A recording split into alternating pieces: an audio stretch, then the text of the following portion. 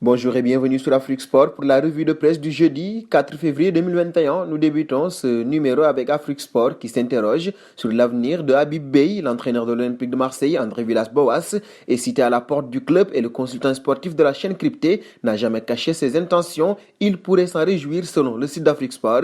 Le parcours idéal, un jour, être entraîneur de l'Olympique de Marseille, fait partie des rêves d'un joueur comme moi car c'était mon club de cœur. J'y ai joué, j'ai été capitaine, avait déclaré le consultant sénégalais de Canal+, qui a passé 4 ans au sein du club marseillais. Du côté de Guinée Foot, on évoque la défaite de la Guinée locale dans la première demi-finale du CHAN. Elle a perdu face au Mali. Les demi-temps ont accouché de nul et le match s'est finalement joué au tir au but. Lors de cette épreuve fatidique, la Guinée n'a pas réussi à éliminer le Mali. 5-4, les locaux de la Guinée échouent aux portes de la finale. Et au Maroc, c'est la fête avec le 360 qui revient sur la victoire des siens, encore menée par Soufiane Raimi, auteur de 2 buts. Les Lions de l'Atlas, tenant du titre, pourront tenter le doublé en finale du championnat d'Afrique des Nations contre le Mali après s'être débarrassé du Cameroun 4-0 ce mercredi.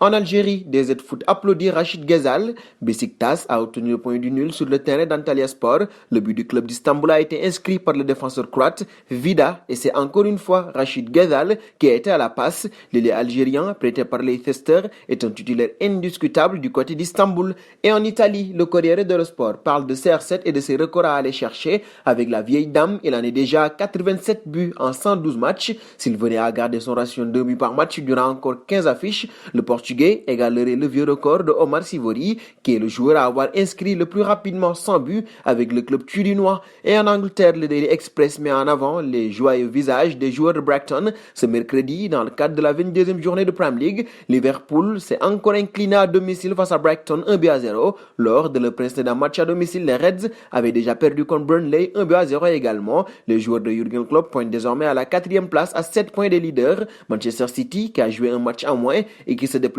dimanche à Anfield en pleine confiance. Et en France, l'équipe met en avant le match Lens-OM après 4 jours compliqués hors du terrain. Attaque de la commanderie, démission puis mise à pied d'André Villas-Boas. Les joueurs de l'Olympique de Marseille ont retrouvé le terrain ce mercredi soir en déplacement à Lens dans le cadre de la 23e journée de Ligue 1. Les Marseillais ont fait match nul, 2 buts partout, mettant un terme à sa série de 3 défaites. Pour le journal français, l'OM, lui, s'est un peu rassuré avant de recevoir le PSG dimanche en clôture de la 24e journée. Et en Catalogne, on jubile. Mundo Deportivo parle d'un match héroïque à 2 semaines de ses retrouvailles avec le PSG en Ligue des Champions. Le Barça s'est offert une remontée sur la pelouse de Grenade, mené 2-0 contre le cours du jeu jusqu'à la 88e minute. Les Blaugrana ont réussi l'impossible grâce à Lionel Messi et Antoine Griezmann, une belle prouesse catalane.